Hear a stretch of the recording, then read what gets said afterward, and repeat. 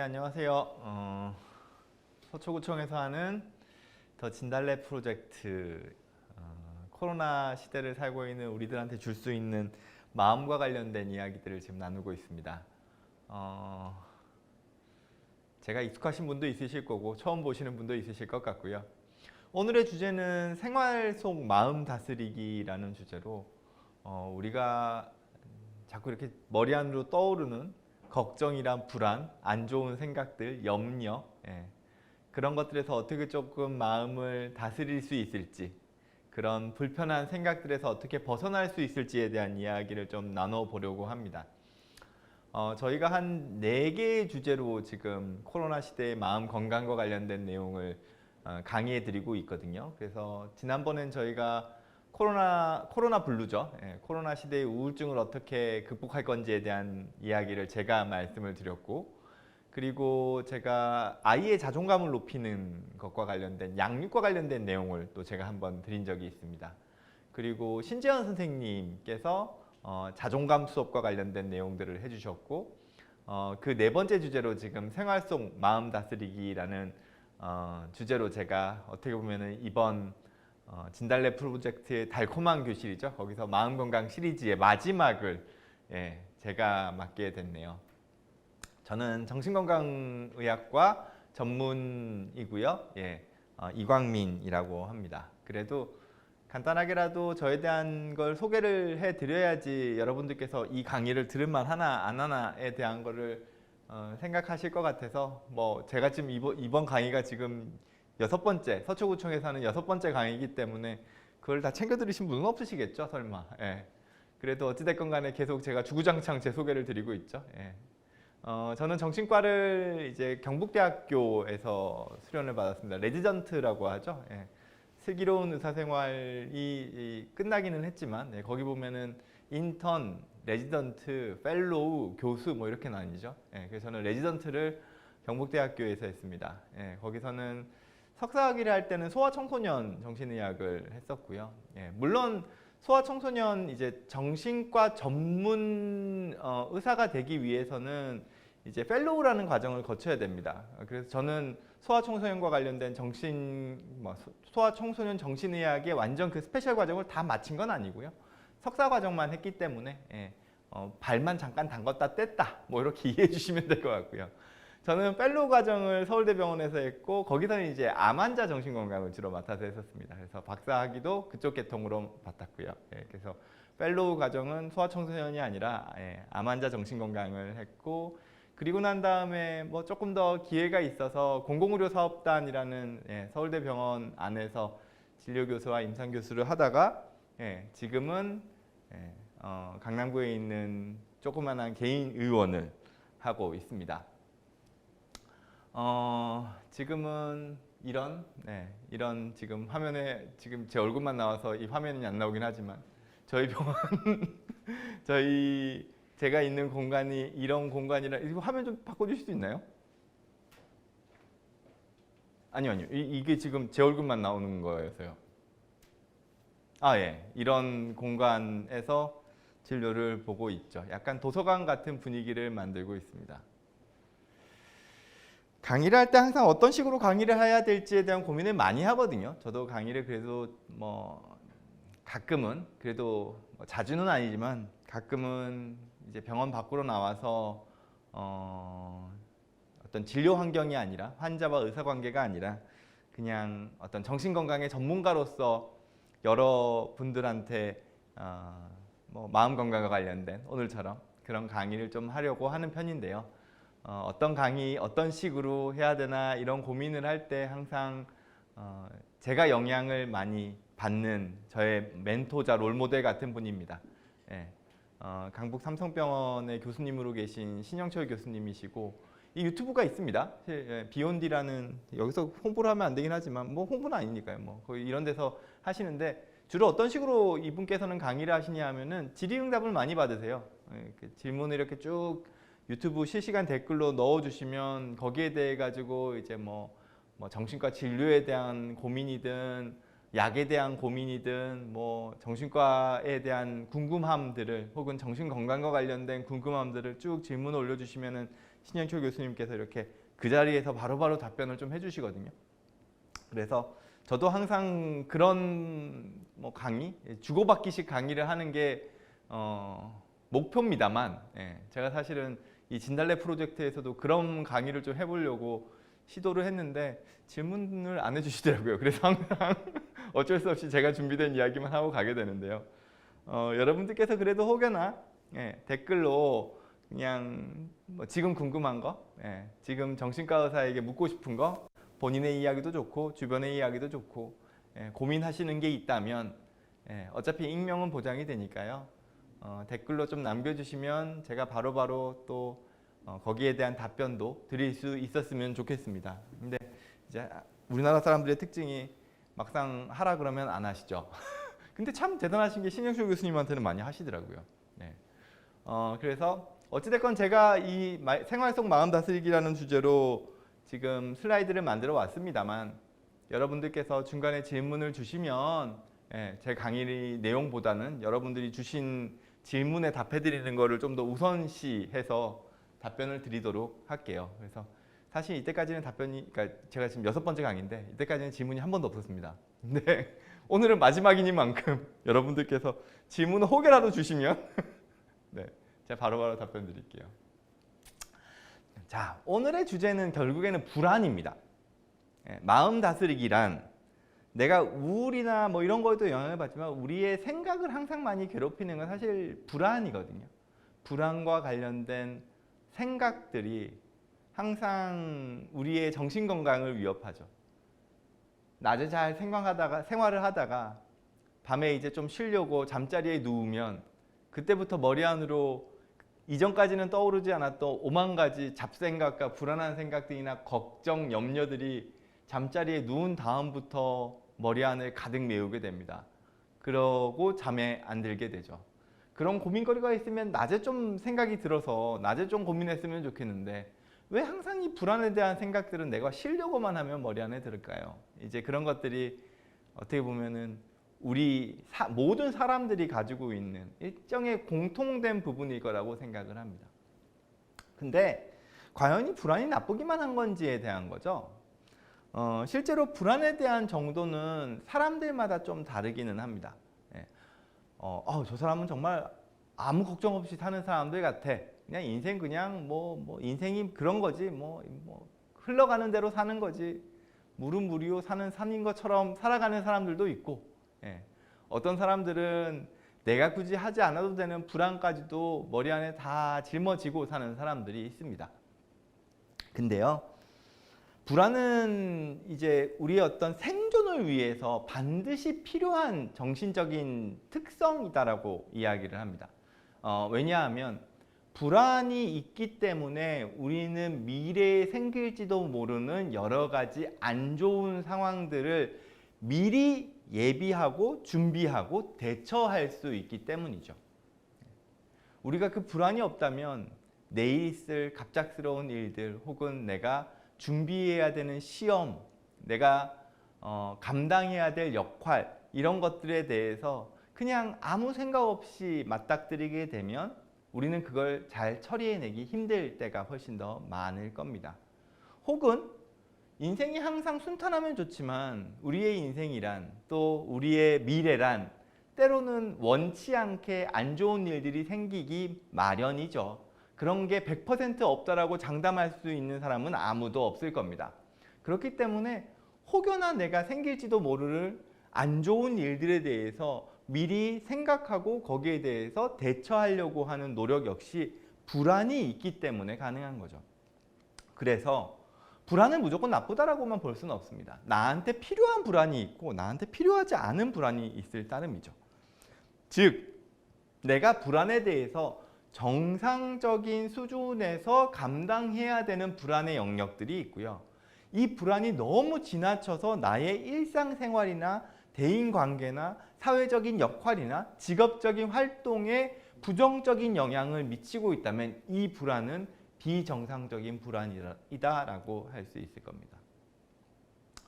불안과 관련해 가지고 또 말씀을 드려야 되는 건 이런 거죠. 우리 불안이 단순하게 생각에서 멈춘다 그러면은 그건 그렇게 나쁘진 않아요. 그냥 뭐 생각만 하고 마는 거죠. 근데 이 불안이란 생각으로 자율신경계라는 걸 건드리게 됩니다. 예. 자율신경계는 크게 두 개가 있죠. 교감신경과 부교감신경이 있습니다. 혹시 중학교 때 생물 시간에 배웠던 기억나시나요? 우리 몸에는 자율신경계라 그래서 내가 조절하지 못하는, 내가 마음대로 조절하지 못하는 일종의 자율적으로 반응하는 신경계라는 게 있는데 이게 우리 온 몸에서 다 작동을 합니다. 근데 크게 두 부류를 나눠서 하나는 교감신경, 하나는 부교감신경이다라고 얘기하죠.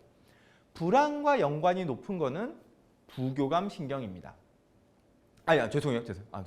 제가 지금 정신이 없네요.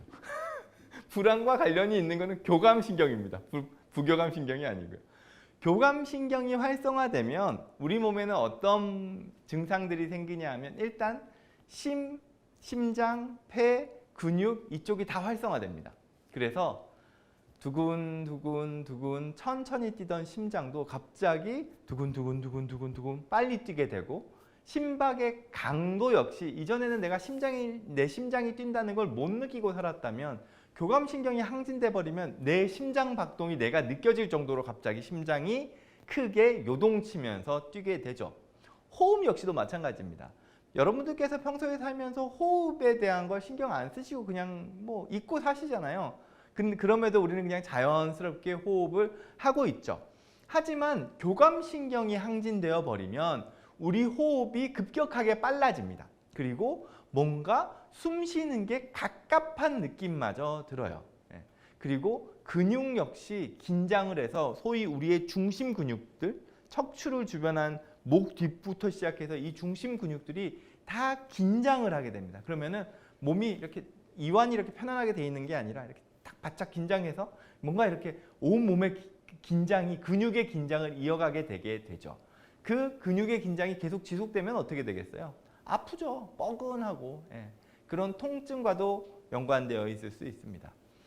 또 한 가지 우리의 신경계 역시 우리 감각하는 신경계 역시 다 예민해져서 후각이나 청각이나 촉각이나 이런 부분들 역시도 다 예민해집니다. 그래서 이명 같은 게 들리기도 쉽고 감각이 예민해지기 때문에 두통이나 어지러움 같은 것들도 더 민감하게 느끼게 되죠.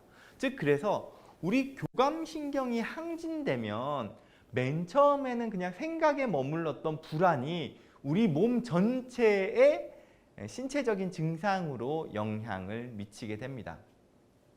교감신경은요 원래 이거 역시 우리한테 필요한 영역이거든요. 우리의 보호를 위해서 필요한 거죠. 대표적인 게 이런 겁니다. 위험한 상황에 딱 처했다 하면 우리는 무조건 교감신경이 활성화됩니다. 내 앞에 갑자기 호랑이가 나타났다. 갑자기 호랑이가 나타날 일은 요즘은 없지만요. 근데 뭐 등산을 하다가 갑자기 뱀이 튀어나왔다. 뭐 갑작스럽게 강도를 만났다. 이러면 우리의 교감신경이 자연스럽게 극도로 항진됩니다.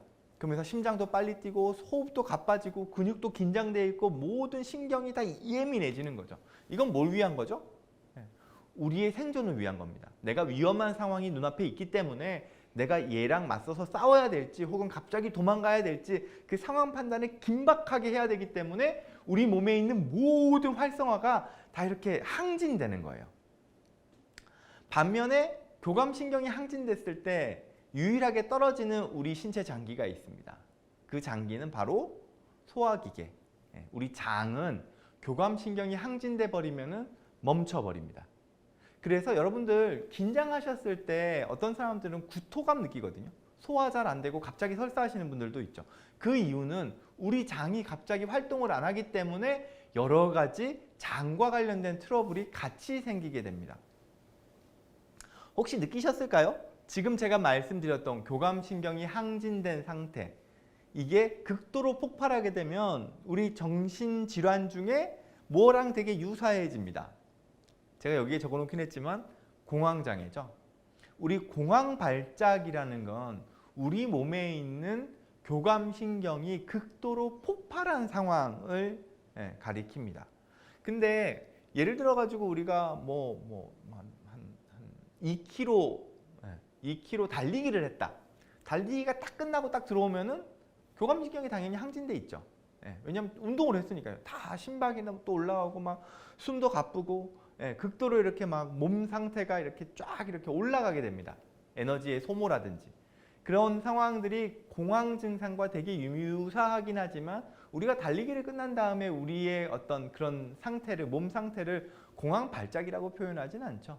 즉 공황 발작은 어떤 상태냐 하면 우리가 위험을 느끼지 않아도 되는 상황에서, 혹은 내가 극도로 몸을 움직이거나 하지 않은 그냥 편안한 환경에서 갑자기 이유도 알 수 없이 우리의 교감신경이 극도로 항진되었을 때 그때의 상태를 공황 발작이다라고 합니다.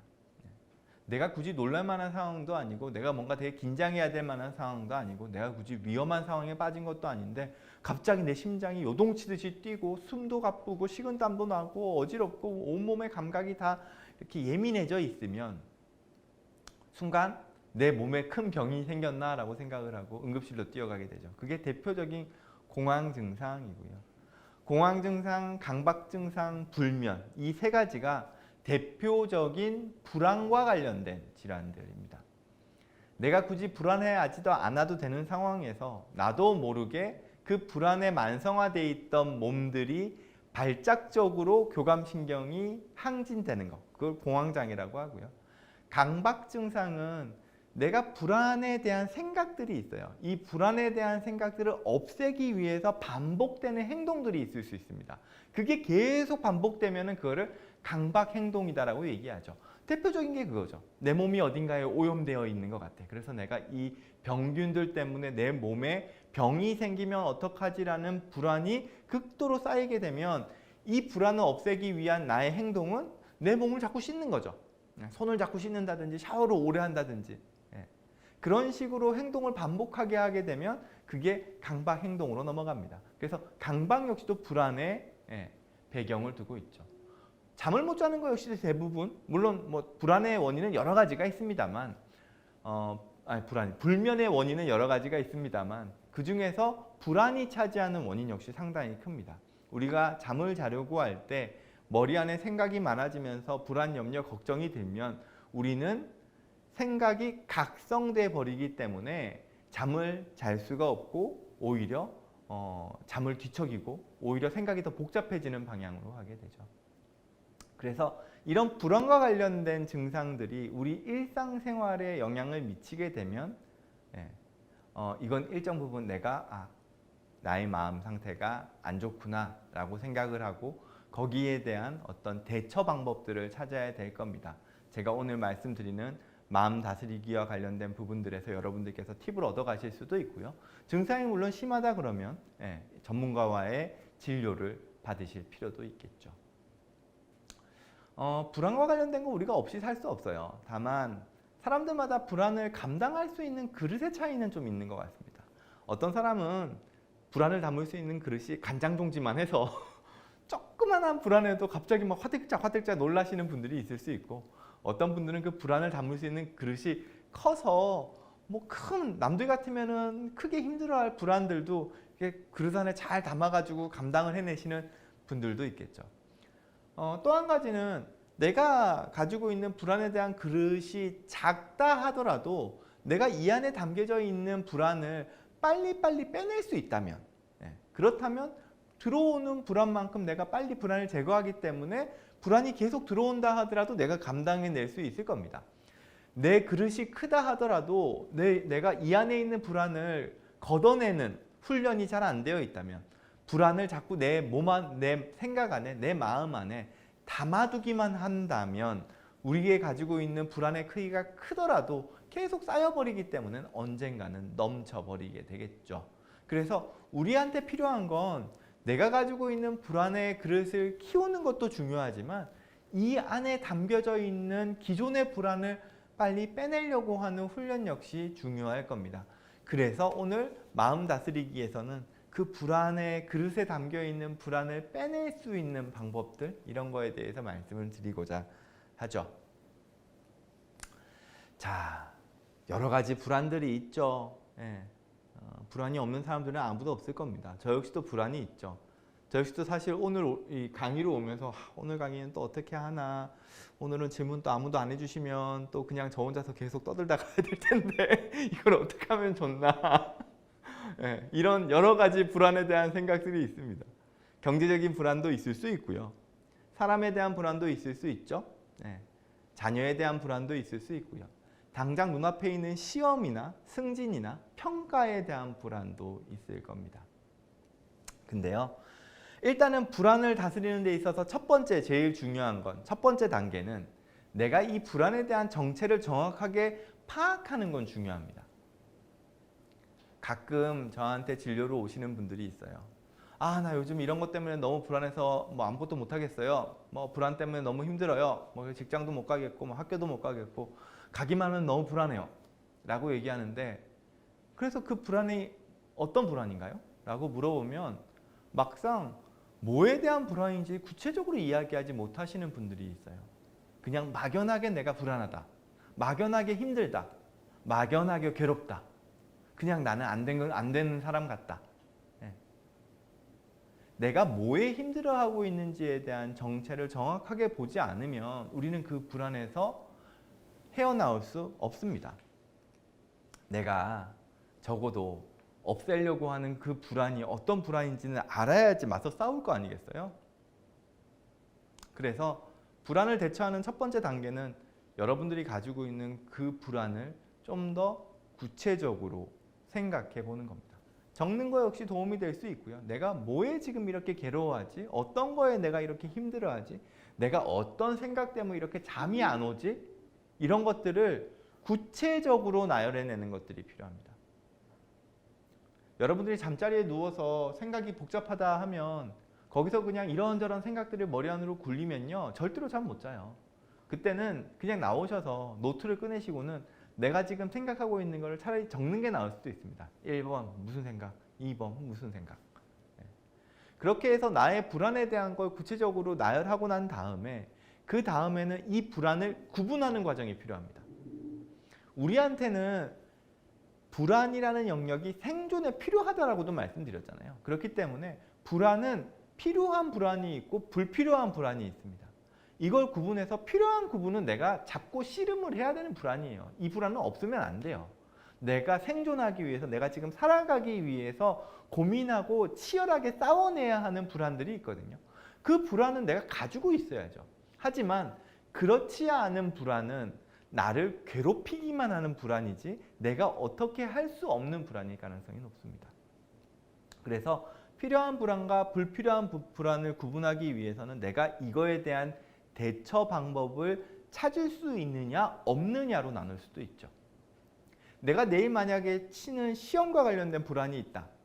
내가 내일 있는 어떤 면접 관련된 불안이 있다 하면 이거는 현실적인 불안입니다. 그렇기 때문에 내가 일정 부분 준비하고 대처하고 맞서 싸워야 되는 불안일 거예요. 그렇기 때문에 내가 그걸 어떻게 잘할 수 있을지에 대해서 치열하게 고민할 가치가 있습니다.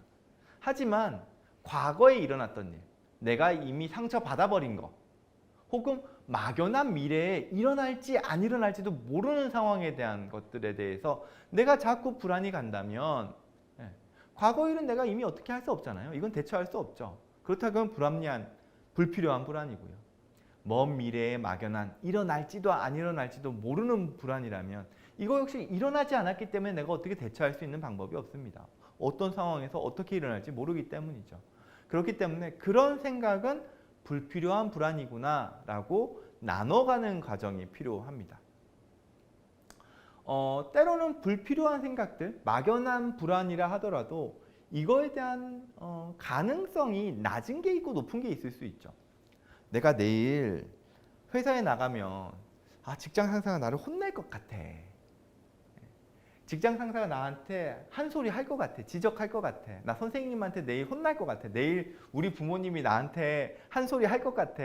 라는 게 있을 때 이 가능성을 합리적으로 어느 정도 수준인지 따져보는 것도 중요합니다. 즉, 내가 분명히 뭐 구체적으로 잘못한 게 있어요. 그래서 내일 뭔가 지적받을 게 있어요. 그렇다 그러면 이거는 합리적으로 가능성이 높은 불안이죠. 그렇다 그러면 이건 내가 고민하고 대처해야 될 필요한 불안 영역으로 가져가야 될 수 있습니다. 하지만 내일 누군가가 그냥 나를 막연하게 싫어하는 것 같아. 누군가가 그냥 나에 대해서 그냥 쓸데없는 소문들을 퍼뜨리고 있는 것 같아. 이런 것들은 약간 막연하잖아요. 실제로 그럴 가능성이 상당히 낮죠. 그런 경우라 그러면 내 생각에서 몰아내려고 하는 것들이 필요할 수 있습니다. 실제로 만약에 직장 상사가 내가 잘못한 것 때문에 나에게 일정 부분 합리적인 지적을 했다고 쳐요. 그래서 내가 상사한테 밉보인 거죠. 잘못 보인 거죠. 예. 그런 불안들이 자꾸 들어요. 상사가 나를 낮게 평가하고 혹은 고과 점수를 안 좋게 줄 것 같고 내가 요번에 이 실수한 것 때문에 이 상사가 나한테 악감정을 품고 내가 뭔가를 하려고 그럴 때마다 사사건건 방해를 할 것 같은 불안이 들어요. 물론 합리적으로 가능성은 낮을 수도 있죠. 근데 내가 이거를 생각을 안 하려고 하지만 내 머리 안으로는 자꾸 혹여나 이 상사가 나를 계속 안 좋아하면 어떡하지에 대한 걱정이 든다면 그때는 막연한 불안을 피하기 위해서 대안을 찾는 것 역시 도움이 될 수 있습니다. 어떤 대안이냐고요? 직장 상사한테 물어보는 게 제일 확실하죠. 그 대신에 가서 저에 대해서 안 좋게 생각하고 계시죠? 이렇게 얘기하면 당연히 안 되고요. 찾아가서 지난번에 제가 실수한 것 때문에 제가 어떻게 보면은 민폐를 끼쳤다고 생각을 합니다. 혹시 근데 이런 것 때문에 상사분께서 저에 대해서 저의 능력이나 이런 거를 낮게 평가하지는 않아 주셨으면 하는데 혹시 어떠신가요? 그냥 제가 조금 더 앞으로 열심히 하려고 하는데 상사분께서도 좀 저한테 계속 좀 잘 도와주셨으면 좋겠습니다. 이렇게 하면 그 상대방의 반응들을 좀 알 수가 있겠죠. 대부분은 어떤 반응이 나올까요? 그래 열심히 하세요. 저도 옆에서 열심히 돕겠습니다. 가장 그게 합리적이죠. 그렇게 하면 쓸데없는 불안들이 좀 줄 수 있어요. 즉 내가 머리 안으로 계속 돌리면서 이 사람이 이렇게 생각하면 어떡하지? 저 사람이 저렇게 생각하면 어떡하지? 나에 대해서 이렇게 오해하고 있으면 어떡하지? 이거를 머리 안으로 계속 돌리고 있으면 막상 이거에 대한 답이 안 나오는 수가 많거든요. 그럴 때는 내가 일정 부분은 확인을 하는 것 역시도 괜찮은 방법일 수 있습니다. 우리의 생각이 많아서 머리 안에 꼬리에 꼬리를 물면 우리의 생각이 어떤 합리적인 대안과 합리적인 어떻게 보면은 방법과 결론을 도출해낼 수 있으면 참 좋겠지만 여러분들께서 한번 고민해 보셨으면 하는 건 이런 거죠. 머리 안에 생각이 내가 많았을 때 꼬리에 꼬리를 물면서 계속 이런저런 생각들을 할 때 이런 생각의 방향이 긍정적으로 간 적이 있었나? 한번 생각해 보셨으면 해요. 내가 생각이 많았을 때 그래 내가 그래도 참 난 좋은 사람이야. 내가 다니는 직장은 참 좋은 직장이지. 이렇게 결론을 내려보신 적이 있으세요? 우리는요 생각이 많으면 일단 무조건 생각의 방향이 부정적으로 빠질 수밖에 없습니다. 왜냐하면 생각이 많다는 이유는 내가 혹여나 있을지 모르는 만약에 생길지 모르는 혹시 이런 상황이 되면 어떡하지에 대한 막연한 상황에 대한 것들을 자꾸 상상을 하게 되거든요. 그 상상은 긍정적인 방향이라기보다는 불안과 관련된 상황일 가능성이 높습니다. 불안과 관련된 상황들에 대해서 더 생각들이 깊어지면 우리의 생각의 방향은 더 부정적으로 빠지게 되죠. 그래서 생각이 많아졌을 때는 나는 무조건 생각이 안 좋은 쪽으로 빠지겠구나 각오하고 계시는 게 맞습니다. 저 역시도 마찬가지예요. 내가 생각이 많아질 땐 내 생각의 방향이 좋은 쪽으로 가지는 않겠구나 이렇게 생각을 하게 되죠. 생각이 자꾸 꼬리에 꼬리를 물고 이어질 때는 이 생각을 벗어나려고 하는 게 중요합니다. 물론 제가 이후에 내가 이 생각들을 어떻게 흘려보내야 될지에 대한 방법도 설명을 드리겠지만 내가 지금 꽂혀있는 이 생각을 딴 방향으로 돌리기 위해서 생각의 전환이라는 게 필요할 수는 있죠. 내가 지금 잠자리에 누워서 자꾸 안 좋은 생각이 머리 안에 반복해서 들 때는 꼬리에 꼬리를 물면서 생각들이 자꾸 이어져 나갈 때는 잠자리에서 차라리 나와서 방바닥을 닦던 책상 정리를 하던 아니면 노트를 꺼내놓고 내가 하고 있는 생각들을 그냥 글로 적던 이런 식으로 조금은 더 그 상황에서 생각을 반복하는 거를 뛰쳐나와서 조금은 집중한 다른 것들을 찾는 것 자체가 오히려 나의 생각을 끊어내는 데 도움이 될 수 있습니다. 그냥 몸을 움직이는 것만으로도 우리의 생각은 일정 부분 좋아지거든요. 혹은 여러분들께서 그냥 그 침대 밖으로 나오시는 것 그거 하나만으로도 나의 꼬리에 꼬리를 무는 생각들이 줄어들기도 합니다. 혹시라도 제가 지금 여기서 실시간 댓글이 안 보이거든요. 그래서 실시간 댓글에 질문은 없겠지만 혹여나 질문이 올라오면 저한테 좀 알려주세요. 그러면 제가 거기에 대한 걸 답변도 드리겠습니다. 네. 오늘도 이렇게까지 얘기했는데도 오늘도 질문이 없겠죠. 네. 그래서 그 다음에는 우리의 생각을 어떻게 흘려보낼지에 대한 걸 말씀을 좀 드리려고 해요. 좀 전까지 제가 어떻게 보면 꼬리에 꼬리를 무는 생각이 우리에게 얼마나 안 좋은지, 불필요한 생각들에 내가 이렇게 매몰되는 게 얼마나 힘든 건지, 나를 힘들게 만드는 건지에 대한 걸 말씀드렸잖아요. 그러면 이 강의를 들으시는 여러분들께서 저한테 이렇게 말씀을 하시겠죠. 어이 의사 양반, 내가 그거 모르겠나? 내가 머리 안에 생각 계속 나는 거 나도 괴롭지. 근데 생각이 계속 나는 걸 어떡하라고? 내가 이걸 하고 싶어서 하나? 계속 드는데. 내 생각 안에 계속 생각들이 끼어드는데 이걸 어떡하라는 거냐? 라고 말씀을 하시겠죠. 그래서 이걸 말씀드리려고 합니다. 마음 챙김 명상이죠. 우리의 생각을 꼬리에 꼬리를 무는, 그리고 자꾸 우리의 생각 안으로 끼어드는 침습적인 생각, 침투적인 생각들을 흘려보내기 위해서 필요한 것이 명상이다라고 생각하시면 됩니다. 명상이라 그래서 되게 거창한 건 아니에요. 뭐 되게 뭐 가부좌를 틀고 앉아가지고 뭔가 이렇게 산 좋고 물 좋은데 들어가가지고는 복식 호흡을 하면서 뭐 이렇게 되게 거창하게 뭔가를 해야 되는 건 아니고요. 일상생활 속에서도 명상은 우리가 할 수 있습니다. 그 중에서 가장 그래도 저희 정신의학 쪽에서 저한테 진료를 오시는 환자분들에게도 자주 권해드리는 명상 방법이 이제 마음 챙김 명상이다라고 하거든요. 명상의 종류는 여러 가지가 있기 때문에 여러분들께서 명상을 하고 계시는 분이라면 그냥 본인한테 제일 잘 맞는 명상을 하시면 됩니다. 하지만 내가 명상에 대해서 잘 모르고 뭘 해야 될지 잘 모르겠다라고 하실 때는 제가 지금부터 말씀드리는 이 마음 챙김 명상을 스스로 좀 연습해 보신다면 여러분들께서 생각이 머리 안에 복잡하게 꼬리에 꼬리를 물어서 나를 괴롭힐 때 그 생각들을 좀 흘려버릴 수 있는 그런 방법들을 여기서 찾으실 수 있으실 겁니다. 마음 챙김 명상은 첫 번째 단계는 중립적인 의미, 좋지도 나쁘지도 않은 가지고 있지 않은 집중거리를 하나 찾으시는 겁니다. 대표적인 건 호흡입니다. 천천히 호흡을 내쉬고 천천히 호흡을 들이쉬고 또 천천히 호흡을 내쉬고 또 천천히 호흡을 들이쉬고 이렇게 호흡을 천천히 하는 것에 그냥 집중하는 거죠. 왜냐하면 대부분의 사람들은 호흡에 대해 가지고 큰 의미를 좋고 나쁜 의미를 두지 않거든요.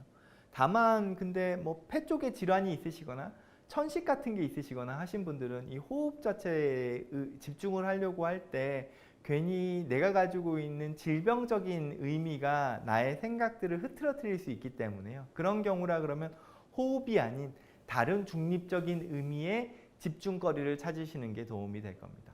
그냥 걷는 느낌? 걸으면서 발바닥이 땅바닥에 닿는 그 느낌을 중립적인 의미의 집중거리로 찾으셔도 되고요. 어떤 경우에는 건포도를 입안에 넣고 이 건포도의 어떤 맛이나 혀에서 느껴지는 감각에 집중하시는 것 자체가 도움이 되실 수도 있습니다. 때로는 옛날에 할아버지들이 호두 2개 들고 이렇게 손에서 이렇게 만지작 거리셨던 거 혹시 기억나시나요?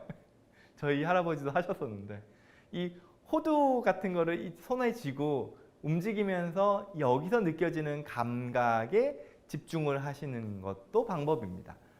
즉 나한테 어떤 의미도 주지 않는 아주 중립적인 의미의 집중거리 하나를 찾으시는 게 첫 번째입니다.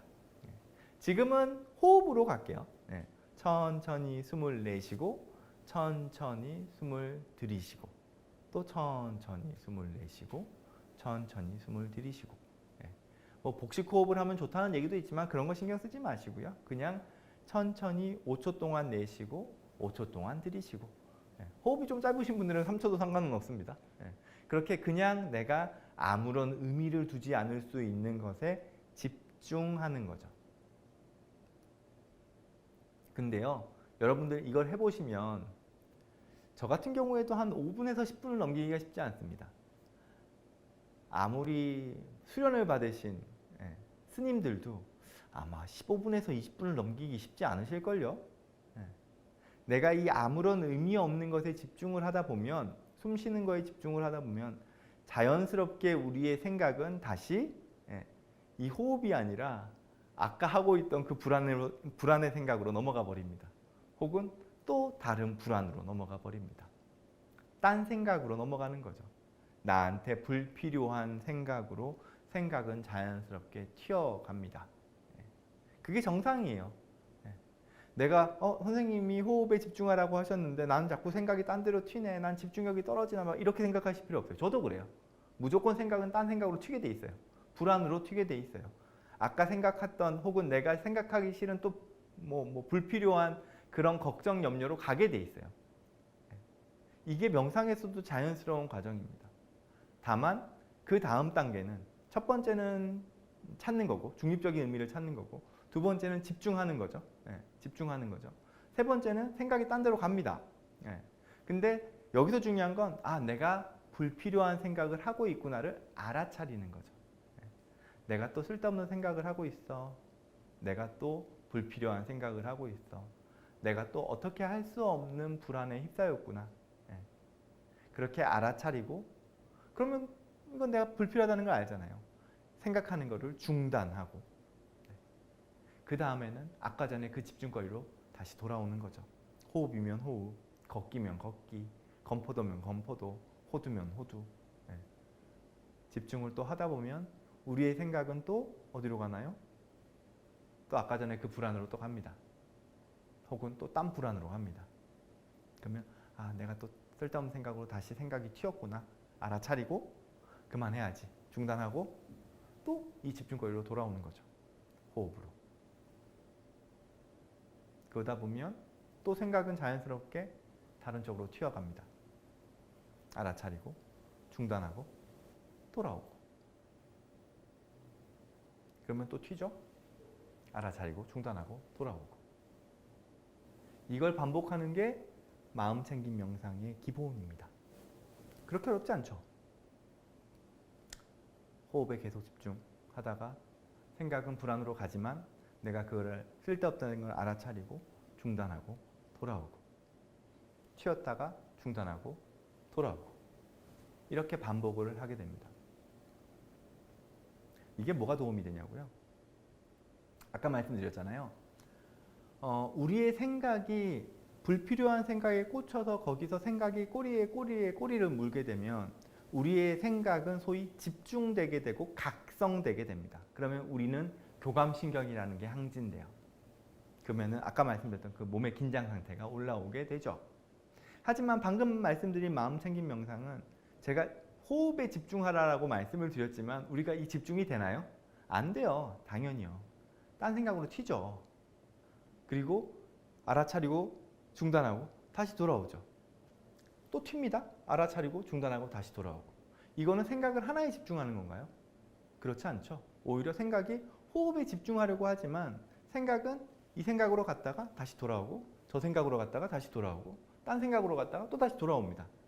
이렇기 때문에 우리의 생각은 집중이 아니라 일정 부분은 분산되게 되는 거예요. 생각이 분산되게 되면은 아까 생각의 각성 상태가 아니라 오히려 이완 상태로 바뀌어 버립니다. 이 생각 저 생각을 계속 하고 있는 거죠. 하나에 꽂혀가지고 그걸 파고 있는 게 아니라. 그렇게 되면 우리의 몸은 교감신경이 아니라 부교감신경 쪽으로 좀 더 넘어오게 됩니다. 그러면 우리의 신체적인 감각 역시도 좀 더 편안하게 이완되게 되죠. 그래서 명상을 하게 되면 우리의 생각도 일정 부분 비워지게 되지만 우리의 몸의 긴장 역시도 같이 떨어질 수 있게 되는 겁니다. 그래서 중립적인 의미를 찾아서 그거에 내가 집중하려고 하고, 호흡이면 호흡, 걷기면 걷기, 건포도면 건포도, 호두면 호두. 그러다 보면 딴 생각으로 튀었지만 내가 불필요한 생각이구나를 알아차리고 그거를 중단하고 다시 집중하고, 튀었다가 다시 돌아오고, 튀었다가 다시 돌아오고.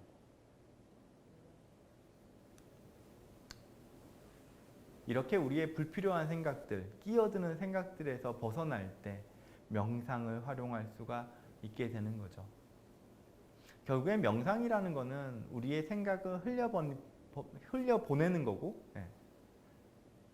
집중을 불안이나 염려나 걱정에서 중립적인 의미로 집중을 가져왔다가 다시 튀더라도 다시 가져오고, 이걸 반복하는 거라고 볼 수 있습니다. 이런 명상이 꼭 거창하게 어떤 시간을 정해놓고 내가 뭐 어떤 환경을 만들어 놓고 하기보다는 그냥 우리가 일상생활 중에서도 할 수 있어요. 아까 말씀드린 게 그렇게 어려운 게 아니잖아요. 아까 말씀드렸던 걷기 명상이라는 것도 그런 거거든요. 내가 출퇴근을 하면서, 장을 보러 가면서, 아이를 데리러 가면서 내가 걸으면서 할 수 있는 것들 중에서도 명상이 있을 수 있고요. 그리고 때로는 음식을 먹으면서도 명상을 할 수 있습니다. 아까 건포도 명상 말씀드렸잖아요. 내가 음식을 먹으면서 내가 이 음식의 맛이나 음식의 우리 혀에 닿는 감각에 집중하려고 하는 것. 그렇게 해서 내가 불필요한 생각들에서 벗어나려고 하는 거죠. 우리가 스트레스를 많이 받을 때 영화나 드라마나 뭐 애니메이션이나 연극이나 뮤지컬이나 이런 것들을 보죠. 음악을 듣죠. 근데 물론 우리가 마음에 너무 여유가 없을 때 이런 것 자체도 잘 안 됩니다만, 우리가 이런 걸 했을 때 마음이 조금 개운해지는 이유는 내가 머리 안에 복잡한 생각들에서 벗어나서 내 눈앞에 있는 거에 집중을 하려고 하기 때문에 그런 겁니다. 그래서 내 마음이 복잡할 때는 일부러라도 재미난 드라마든 영화든 찾아보시는 것도 방법이세요. 물론 집중이 잘 안 되겠죠. 내가 이걸 보려고 하지만 나의 생각은 자꾸 걱정거리로 튀겠죠. 하지만 여기서 또 명상을 사용하시면 됩니다. 알아차리고 중단하고 다시 그냥 내가 보려고 하는 드라마에 집중을 하는 거죠. 그럼 또 생각이 튀겠죠. 그러면 알아차리고 중단하고 내가 다시 보려고 하는 드라마에 집중을 하는 식으로 우리 생활 속에서도 명상은 할 수가 있게 되죠. 그래서 명상이라는 걸 너무 거창하게 생각하지는 않으셨으면 좋겠습니다. 이렇게 우리의 생각이나 불안이나 불필요한 어떤 염려나 걱정들을 좀 비워내다 보면, 이런 연습이 좀 충분하게 되다 보면 아까 말씀드렸듯이 내가 필요한 불안은 내가 쥐어서 치열하게 대처하려고 싸워내려고 결과를 도출해내려고 애를 쓰고 불필요한 생각들은 흘려보내려고 하는 것들이 가능해지는 거죠. 결국 불안이란 안 좋은 불안도 물론 있습니다만 건강한 불안은 우리한테 필요해요. 제가 오늘 강의를 하면서 강의를 준비하면서 불안이 없었다면 몰라 대충 되겠지 뭐 그냥 다 가서 그냥 뭐 듣던지 말든지 뭐 그냥 대충 하고 오자. 이랬으면 여러분들이 제 강의를 듣기가 훨씬 더 어려우셨겠죠. 불편하셨겠죠. 하지만 제가 일정 부분은 오늘 강의를 어떻게 하면 좋을까? 어떻게 하면 여러분들한테 도움을 드릴 수 있을까? 혹여나 이 강의 듣고 나에 대해서 안 좋게 생각하면 어떡하지? 이런 불안들이 있기 때문에 제가 그래도 강의록에 대한 내용들을 그래도 조금 더 숙지하고 어떤 방식으로 여러분들한테 말씀을 전해드릴까를 고민하게 되겠죠. 그러다 보면 조금 더 나은 결과물들을 우리 삶에서 항상 가져갈 수 있게 될 거거든요. 혹시 모를 안 좋은 일들에 대한 대비들도 할 수 있을 거고요. 그래서 적절한 불안은 우리 삶에 반드시 필요하다는 말씀을 좀 드리고 싶습니다. 여러분들께서 정신과든 진료를 보러 가시게 되면 이런 불안들이 있을 때 약물을 권하기도 합니다. 물론 대표적인 약물은 뭐 신경안정제 같은 것들을 쓰게 되면 우리가 이렇게 불안했던 이 예민한 감각들을 이렇게 눌러버리기 때문에요. 신경안정제가. 좀 도움을 받으실 수 있겠지만 불안과 관련된 대표적인 우리 뇌에서의 물질은 세로토닌이라는 물질입니다. 예전에 그 정신의학의 거의 뭐 대부이신 이시영 박사님께서 이 세로토닌에 대한 걸 상당히 많이 강조하셨죠. 저는 이 세로토닌을 어떻게 표현하냐 하면요. 우리 마음의 갑옷이라고 이야기를 합니다. 세로토닌은 여유감이랑 연관성이 있어요. 우리 뇌에서 세로토닌은 비교적 일정한 농도를 유지하고 있는데요. 이 세로토닌이 일정하게 유지가 되면 우리 마음에 여유가 좀 있어서 외부의 여러 가지 자극이나 스트레스나 안 좋은 일들에 대해서 내가 좀 감당할 수 있는 여력이 좀 생기게 됩니다. 일종의 완충제인 거죠. 그래서 제가 마음의 갑옷이라고 표현을 한 건데요. 이 세로토닌이 충분하면 우리 마음의 갑옷이 든든하게 있어서, 든든한 갑옷을 딱 입고 있어서 외부에서 여러 가지 어떤 일들이 있어도 이 갑옷들이 그 화살들을 일정 부분 막아주는 역할을 좀 할 수 있습니다. 하지만 세로토닌이 떨어져 있으면 우리 마음의 갑옷이 얇아진 셈이에요. 그러면 외부에서 날라오는 조그만한 화살에도, 조그만한 돌덩어리에도 나는 상처를 입을 수밖에 없겠죠. 그래서 이 세로토닌을 유지하려고 하는 게 상당히 중요합니다. 물론 약물로도 이 세로토닌과 관련된 부분들을 보강할 수 있습니다만 우리 생활에서 세로토닌과 관련된 부분들을 보강할 수 있는 연습이란 아까 언급드렸던 명상이라든지 운동이라든지 규칙적인 생활이라든지 이런 것들을 통해서 세로토닌을 일정 부분 안정적으로 높일 수 있기 때문에요. 그런 부분들도 같이 좀 가져가셨으면 좋겠네요. 결국 건강한 불안이란 내가 가지고 있는 안전함에 대한 범위, 괜찮다라고 생각하는 범위를 어느 정도로 설정하느냐에 따라서 건강한 불안이 있는 사람과 불건강한 불안이 있는 사람으로 나뉠 수 있습니다. 즉 건강한 불안이 되기 위해서는 내가 괜찮다라고 생각하는 범위가 좀 더 넓어져야 돼요. 정상이다라고 생각하는 영역이 더 확장되는 거죠. 내가 불편하다고 느끼는 영역이 어느 순간 뭐 괜찮아가 된다면 나의 불안은 조금 낮아진 상태라고 보면 됩니다. 내가 예전 같으면 크게 신경 안 썼을 것 같은 것들이 뭐 조금 뭐 오물이 묻어 있거나 뭐가 좀 더러워졌거나 혹은 자잘한 오타가 있거나 혹은 누군가가 말실수를 했거나 이런 것들을 예전에는 내가 괜찮아 뭐 저 정도야 뭐 괜찮아 나 크게 신경 안 써가 됐던 게 하나하나 보인다면 나는 불안이 높아져 있는 거예요. 건강한 불안이 아니라 조금은 과한 불안으로 높아져 있는 거죠. 그럼 결국에는 우리가 이 불안에 대한 걸 낮추기 위해서는 나에게 직접적으로 안 좋은 영향을 미치고 있는 게 아니라면 조금 그냥 괜찮게 놔두려는 연습. 내가 이전까지는 조금 불편하게 생각했던 것들을 그냥 저럴 수도 있지. 뭐 괜찮아 나한테 뭐 당장 피해주는 것도 아닌데 라고 내려놓을 수 있는 거 역시 우리가 건강한 불안으로 가져갈 수 있는 영역이라고 생각을 합니다. 제가 말씀을 드린 부분들이 여러분한테 뭐라 그럴까요? 내가 불안이라는 거대한 껍데기 안에 나를 이렇게 가둬놓고 매몰되어 있는 상황에서 좀 벗어나서 조금은 이 날씨를 즐기기도 하고 사람을 여유 있게 만나기도 하고 내가 하는 역할에 대해서 조금은 의미를 찾기도 하는 그런 뭐랄까요 나의 어떤 갇혀져 있는 껍질에서 조금은 벗어날 수 있는 여러분들이 좀 되셨으면 하는 바람입니다.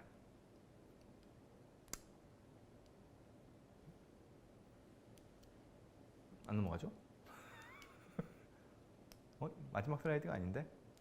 혹시 이거 예. 그래서 제가 준비한 내용은 여기까지고요. 제가 이젠 좀 됐죠? 이젠 좀 시간이 좀 지나긴 했습니다만 예전에 펭수랑 같이 이런 걸 했었습니다. 펭수의 정신감정 이렇게 검색하시면은 저랑 펭수랑 이렇게 상담 나누는 내용이 있거든요. 펭수가 솔직히 저를 위로해줬죠. 그래서 펭수와의 상담이 끝났듯이 저의 6번 동안 이어진 진달래 프로젝트에서의 강연도 마무리를 하게 되었습니다. 질문이 안 올라와 있겠죠? 그죠? 역시나. 그래서 이게 어떤 걸까요? 질문을 잘 해주시는 분들도 있고, 근데 이게 막상 이게 치는 것 자체가 부담스러우셔서 그럴 수도 있을 것 같기도 하고요. 뭐 신영철 교수님이야 워낙 뭐 우리나라에서도 정신과의 대가시기 때문에 아무래도 여러 가지 질문들을 하기가 더 귀할 것 같은 느낌도 들고요. 네. 어찌됐건 6번에 이은 진달래 프로젝트에서의 마음건강 시리즈는 오늘로 마무리가 되고요. 또 좋은 기회로 여러분들에게 마음의 안정을 찾을 수 있는, 우리의 마음을 잘 돌볼 수 있는 내용들을 전달할 수 있는 기회가 또 있었으면 좋겠습니다. 1시간 정도 강의 들어주시고, 그리고 6번 동안 서초구청을 통해서 이렇게 강의를 할 수 있게 돼서 저 역시도 너무 보람이 있었고 즐거움이었습니다. 감사합니다.